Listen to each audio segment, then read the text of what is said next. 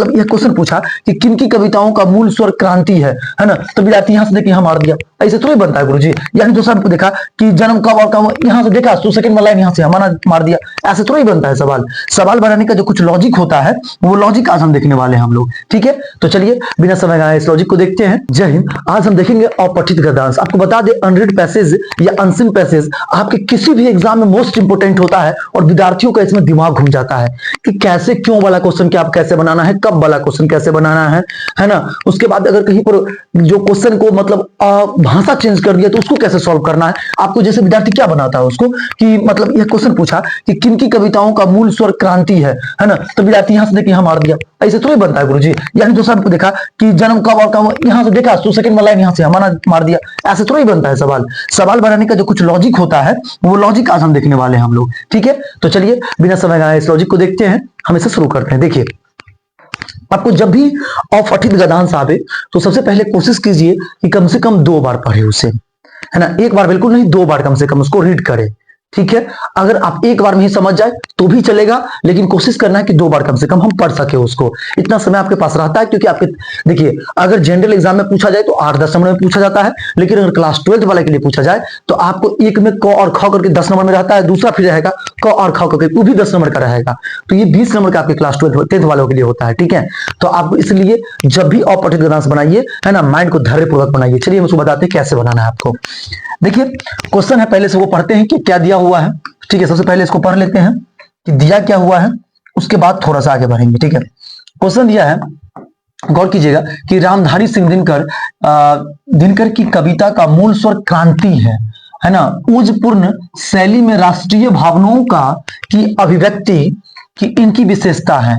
इनका जन्म 1908 ईस्वी में बिहार प्रांत के मुंगेर जिले के सिमरिया ग्राम में हुआ था, ठीक है।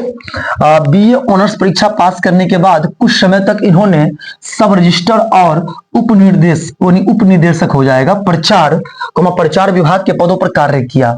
बाद में मुजफ्फरपुर कॉलेज में हिंदी के प्रधानाध्यापक यानी प्रधानाचार्य नियुक्त हुए। 1952 ईस्वी में ये भारतीय संसद के सदस्य निर्वाचित हुए, ठीक है। यहां तक समझ में आ रहा है आपको।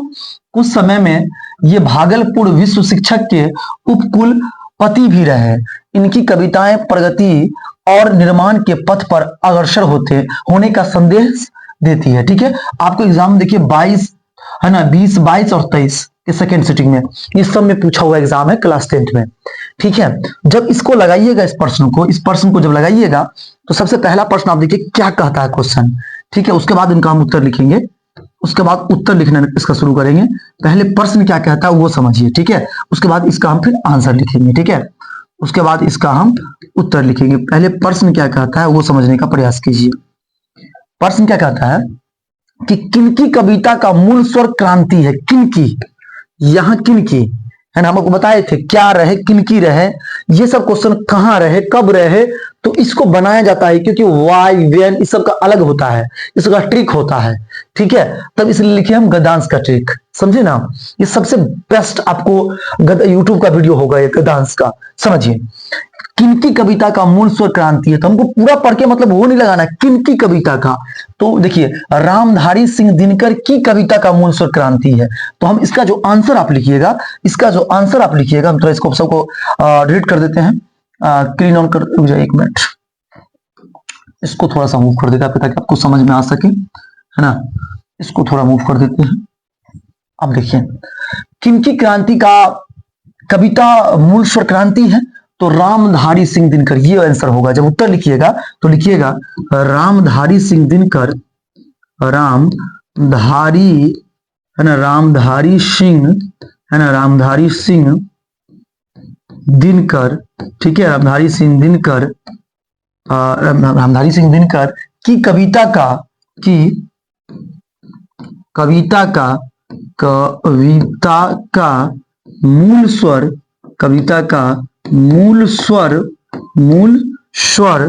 क्रांति है, देखिए इस तरह से आपको लिखना है। तो इसमें किनकी की जगह हमने यूज किया रामधारी सिंह दिनकर, समझ में आ रहा है आपको, है ना। अब अगला क्वेश्चन कहता है दिनकर का जन्म कब और कहां हुआ था, है ना, दूसरा प्रश्न है इनका। तो फिर हम सेकेंड नंबर का जब उत्तर देंगे कि दिनकर का जन्म कब और कहां हुआ था। ठीक है, तो देखेंगे, इसको पढ़ेंगे। जब थोड़ा सा आपने पढ़ा था तो आपको याद होगा, दिनकर जी का जन्म 1908 ईस्वी में, है ना, बिहार के प्रांत मुंगेर जिले के सिमरिया ग्राम में हुआ था। तो लिखेंगे, है ना, दिनकर जी का जन्म, ये पूरा लिख के जाइएगा। विद्यार्थी सब क्या करता है, इनका जन्म लिखना शुरू कर देता है सेकंड से। ऐसे नहीं होता है, जो क्वेश्चन पूछा है वो आपको लिख के और कहां पर क्या यूज करना है वो आपको समझाने के लिए इस वीडियो को हमने बना रहे हैं। कहां पर क्या लिखना वो समझाने के लिए इस वीडियो को हम बना रहे हैं। ठीक है, तो देखिए, जब भी आप जाइएगा कि दिनकर जन्म कब और कहां हुआ था, तो आप लिखिएगा दिनकर जी का जन्म, ऐसे लिखिएगा, दिनकर, है ना, दिनकर जी का जन्म, दिनकर जी, हम पेन चेंज कर लेते हैं, इसका इंक चेंज कर लेते हैं, सॉरी, है ना, दिनकर जी का जन्म, दिनकर जी का जन्म, है ना, कहां हुआ था। देखिए, तो दिनकर जी का जन्म 1908 ईस्वी में, यानी 19, है ना, 8 है, तो 1908 ईस्वी में बिहार के, 1908 ईस्वी में बिहार के, देखिएगा, ध्यान दीजिएगा, बिहार प्रांत के, बिहार प्रांत के, ठीक है, बिहार प्रांत के, है ना, बिहार प्रांत के मुंगेर जिले के, मुंगेर, मुंगेर जिले के, मुंगेर जिले के, है ना, सिमरिया नामक ग्राम में हुआ था, है ना, सिमरिया ग्राम में हुआ था। तो सिमरिया नामक ग्राम में हुआ था, सिमरिया नामक ग्राम में हुआ था, सिमरिया नामक ग्राम में हुआ था। इस तरह से आपको लिखना है। ठीक है, तब पता चलता है कि आपने लिखा है। ठीक है, और जब लिखिएगा, जब कॉपी लिखिएगा तो आपका जो गैप दीजिएगा वन लाइन का, जैसे मान लीजिए हम एक एक्सटर्नल पेज यहाँ पर एड कर रहे हैं आपको समझाने के लिए। आपको बताते हैं, इसका हम थोड़ा सा देते हैं, यहाँ से टेम्पलेट चेंज करके आपको बताते हैं। जैसे यहाँ लिखिएगा, तो जैसे इसका आप उत्तर दे रहे हैं, फॉर एग्जांपल, जब आप उत्तर दीजिएगा इसका, जब इसका उत्तर दीजिएगा आप, उत्तर दीजिएगा, तो आप यहां से मान लीजिए उत्तर लिखे हैं, तो ये उत्तर आपने लिखा पहला वाला का, तो पहला वाला का उत्तर जब ऐसे दीजिएगा आप, तो गौर कीजिए, जब पहले वाला का उत्तर ऐसे थोड़ा आगे तक आ सकता है, पॉसिबिलिटी है, नहीं तो एक ही लाइन में हो सकता है, तो एक लाइन का बीच में गैप दीजिएगा। विद्यार्थी क्या करता है, सटा के लिख देता। अब बार बार उत्तर लिखने के, एक ही पैसेज का बना रहे हैं ना आप, यहाँ एक का आपने उत्तर लिख के लिखा है क का, तो आप ऐसे लिखिएगा, फिर यहां से आप इसको ऐसे बनाइएगा, फिर यहां तक आपने 2 सॉल्व कर दिया तो 2 यहां तक हो गया, मान लीजिए सॉल्व हो गया। ठीक है, इस तरह से। अब फिर आगे बढ़ते हैं, इसको फिर देखते हैं, इसको मिटा देते हैं, तब तक 1 और 2 आपको समझ में आ गया होगा, है ना, यानी पहला दूसरा आपको समझ में आ गया होगा। ठीक है, तो इसको मिटा के तीसरा प्रश्न और चलते हैं। ठीक है, अब तीसरा प्रश्न बताते हैं आपको, उसमें क्या लिखना है। ठीक है, तो जब तीसरा प्रश्न हम पढ़ेंगे, तो तीसरा प्रश्न क्या कहता है वो सुनिए। कहता है, दिनकर ने प्रधानाध्यापक नियुक्त होने के पूर्व किन किन पदों पर कार्य किया था, है ना, तो पूर्व किन किन पदों पर, यानी किन पदों पर, तो किन, ये वाला जो हैगा किन पदों, तो ये किन की जगह इस बार जो भरेंगे, बाकी बात सब जगह एडजस्टेबल जो होगा वही लिखाएगा। ठीक है, तो जब भी इसका उत्तर देंगे, तो तीसरा का उत्तर दे रहे हैं हम, तो तीसरा का जब भी उत्तर देंगे, तीसरा का उत्तर दीजिएगा आप, तो क्या दिखेगा, देखिए, तो बीए का ऑनर्स परीक्षा करने के बाद, है ना, कुछ समय तक इन्होंने सब रजिस्टर, उप निर्देशक, प्रचार विभागों के पदों पर कार्य किया था, 3 पर काम किया था। तो लिखिएगा, दिनकर जी ने पूर्व प्रधान अध्यापक, उसके बाद हुआ था प्रधान अध्यापक ना, हाँ ठीक है, दिनकर जी ने, देखिए, दिनकर जो यहां लिखा वो गौर कीजिए, दिनकर ने प्रधान अध्यापक नियुक्त होने के पहले जो लिखा था वही, दिनकर जी ने, अगर भाषा गलत बना हुआ तो बना दीजिए भाषा को थोड़ा सा। अच्छा, दिनकर ने प्रधान अध्यापक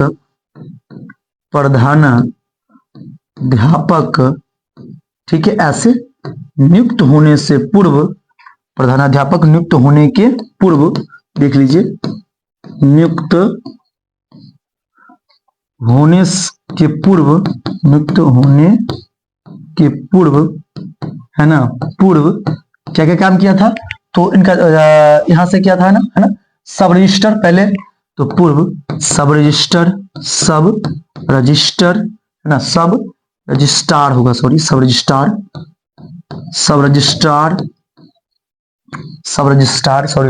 होगा, कॉमा उप निर्देशक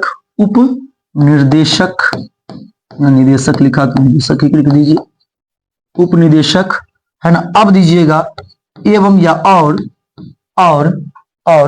प्रचार विभाग के पदों पर कार्य किया था, है ना, एवं प्रचार विभाग के पदों पर कार्य किया है, पदों पर कार्य किया है। अब आपको समझाने का प्रयास करते हैं हम, है ना, किया किए थे, ठीक है, आपको जो इसमें दिया होगा किए थे तो किए थे, किया जो आपको दिया रहा है वो।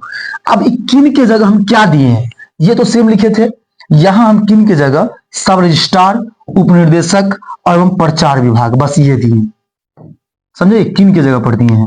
ये इंपोर्टेंट लाइन होता है, यही समझना होता है कि आपको क्वेश्चन ने क्या पूछा और आपको आंसर कैसे दे रहे हैं। आप अगर इसको आंसर देना चाहते तो क्या करते आप, है ना, यहां से आप लिखना शुरू कर देते, ऐसे ऐसे नहीं होता है भाई, सवाल ऐसे सॉल्व नहीं होता है, उसको समझना पड़ता है, समझ रहा है ना। चलिए थोड़ा आगे बढ़ते हैं हम नेक्स्ट क्वेश्चन की ओर, ठीक है, नेक्स्ट क्वेश्चन की ओर, है ना।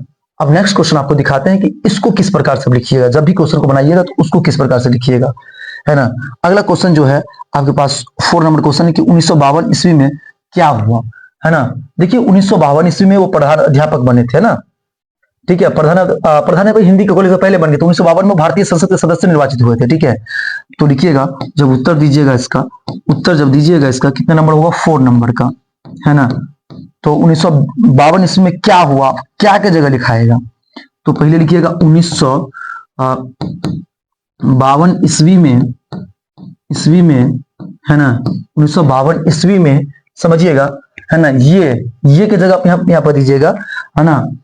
ईस्वी में दिनकर जी है, रामधारी सिंह दिनकर पूरा लिख सकते तो वही लिख दीजिए, रामधारी सिंह दिनकर जी, रामधारी सिंह, है ना, दिनकर जी क्या हुए थे, वही ना क्वेश्चन था, रामधारी सिंह दिनकर जी, है ना, रामधारी सिंह दिनकर जी, है ना, क्या हुए थे, भारतीय संसद के सदस्य निर्वाचित हुए थे। तो भारतीय सांसद, है ना, भारतीय संसद, ठीक है, भारतीय संसद के सदस्य निर्वाचित हुए थे, है ना, निर्वाचित और हुए हैं ना, यहां तक देखिए तो क्या है, हुआ, है ना, तो निर्वाचित हुए, ठीक है। ऐसे आपको जवाब देना, भाषा गलत रहेगा आपको बना के देना है, भाषा पहले से खराब है तो आपको बनाना है भाषा को, ठीक है, समझ में आ रहा है आपको हम क्या कह रहे हैं। जो नेक्स्ट क्वेश्चन है वो है कि दिनकर जी की कविता क्या संदेश देती है ना। तो थोड़ा सा आगे आप इस क्वेश्चन को, लास्ट क्वेश्चन को कर लेते हैं कि दिनकर जी की कविता क्या संदेश देती है, ठीक है।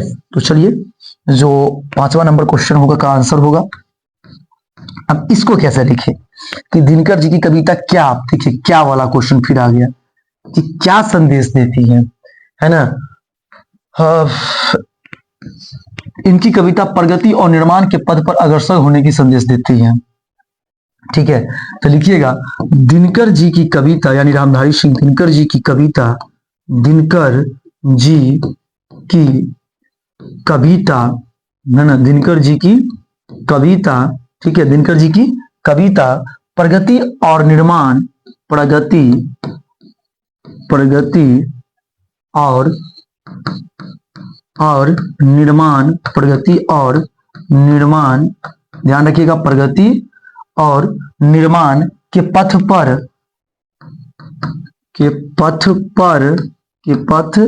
पर अग्रसर, है ना, अग्रसर होने का संदेश देती है, होने का संदेश देती है, ठीक है, संदेश देती है। इस तरह से आपको कॉपी अपने कॉपी में लिखना है। आपका बोर्ड का कॉपी इस तरह से रहता है, तो जब तीसरा फॉर्मेट का क्वेश्चन बनाइएगा तो यहां से बनाइएगा, ऐसे बनाइएगा, तीसरा फॉर्मेट का क्वेश्चन बनाइएगा तो इस तरह से बनाइएगा, फिर चौथा का उत्तर लिखिएगा तो फिर नीचे से लिखिएगा, इस तरह से लिखिएगा, है ना। तो आप एक ही लाइन का होगा तो एक ही लाइन में लिखिएगा, इस तरह से आपको पूरा फॉर्मेट बन जाएगा। उसके बाद ये इस तरह से लिखाएगा, ठीक है। कैसा लगा वीडियो गाइस जरूर बताइएगा, अच्छा लगा हो तो वीडियो को लाइक कीजिएगा, चैनल को सब्सक्राइब जरूर कीजिएगा। Thank you for watching this video guys, फिर मिलते हैं नेक्स्ट वीडियो में, तब तक के लिए सब थैंक यू।